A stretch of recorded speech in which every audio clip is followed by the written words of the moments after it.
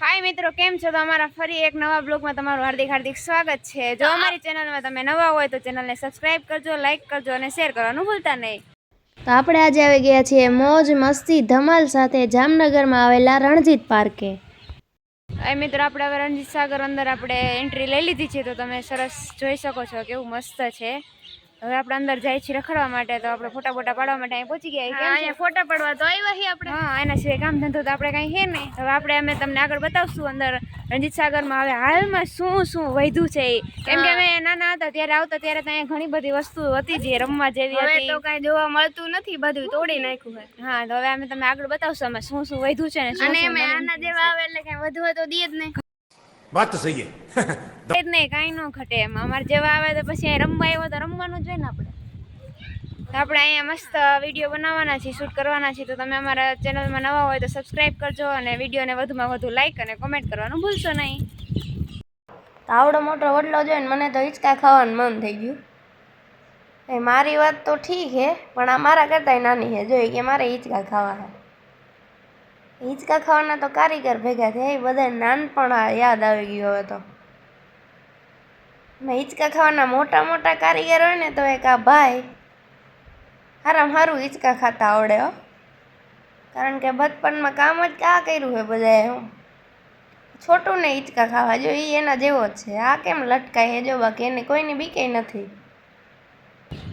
आ बीजा कारीगर आवी गया हो, फूल बाका चीकी आज तो हालो આપણે હિંચકા ખાઈ લીધા બધા ભેગા, વાહે થોડુંક રહેવાય। આપણે આવી ગયા છીએ આજે રણજીત પાર્કે। આ તો ફૂલ બાકા ચીકી જ બોલાવવાની છે। તો આ કોઈ લપસિયા જોયા હોય એવું લાગતું નથી। ધારીએ જામી પડ્યા છે લપસિયા ખાવા એક પછી એક। મિત્રો આવડું મોટું ગાર્ડન મૂકીને ધારીએ આવ્યા લપસિયા ખાવા। ગાર્ડનમાં ઘણા હિંચકા ને લપસિયાને ફિટ કરેલું હોય પણ અહીંયા જેવી મજા ક્યાંય આવતી નથી। નાનપણમાં અહીંયા જ લપસિયા ખાધા है બધાએ। ઘણા ટાઈમે પાછા આવ્યા ને એટલે હરખ ન થમાતો। बात तो सही है તો જો મિત્રો આવડું મોટું ગાર્ડન હે, આમાં હિંચકા ને લપસિયા ને ઘણી બધી રાઇડ્સ ને બધું ફિટ કરેલું હે પણ આપણને દેશી રાઇડ્સ જેવી મજા નથી આવતી ક્યાંય। તો મિત્રો આ બધે તો અહીંયા હિંચકા ખાવા પહોંચી ગયા। તો આ બધું મૂકો, આપણે તમને એક જાણકારી આપી દઈએ કે આ પાર્ક બનાવ્યું કોણે ને ક્યારે બન્યું। તો મિત્રો જામનગરના એક મહાન પ્રસિદ્ધ એક મહારાજા હતા જામ રણજીતસિંહ। તો એના દ્વારા આ પાર્કનું આયોજન કરવામાં આવ્યું, એણે આ પાર્ક બનાવ્યું। તો ઈસવીસન 1938માં આ પાર્કનું નિર્માણ થયું છે। અહીંયા નજીકમાં એક ડેમ પણ આવેલો છે, એ રણજીત સાગર ડેમ, અને આ પાર્કનું નામ પણ રણજીત પાર્ક જ છે। તો આ મહારાજાના નામ પરથી જ બંનેના નામ રાખવામાં આવ્યા છે। બાળકોને રમવા માટે અલગ અલગ જાતની ઘણી બધી રાઇડ્સ પણ છે પણ બાળકો હારે અહીંયા તો આપણે મોટા ભેગા રમવા માંડ્યા।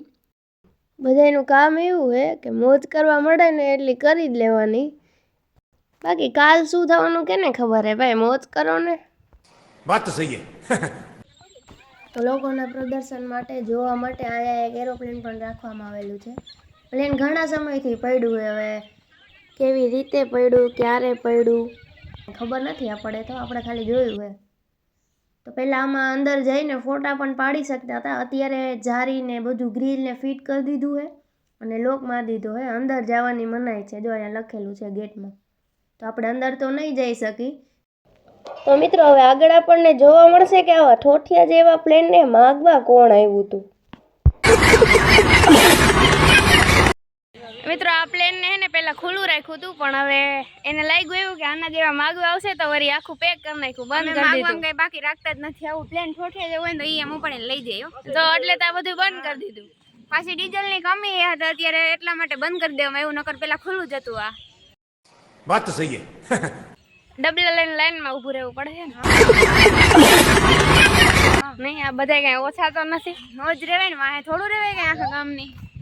તો મિત્રો હવે આ ટ્રેનિંગ આટલી બાકી છે તો આપણે એ ટ્રેનિંગ પણ પૂરી કરી આવી, તો ચાલો चल चल चल चल તો આ બધા પાછા ભેગા થઈને એક ચકરડીમાં ચડી ગયા હે। આ હલાવાવાળા થાકી જાય લાગે હે એવું, તો કોઈ ઉતરવાનું નામ નથી લેતું બોલો।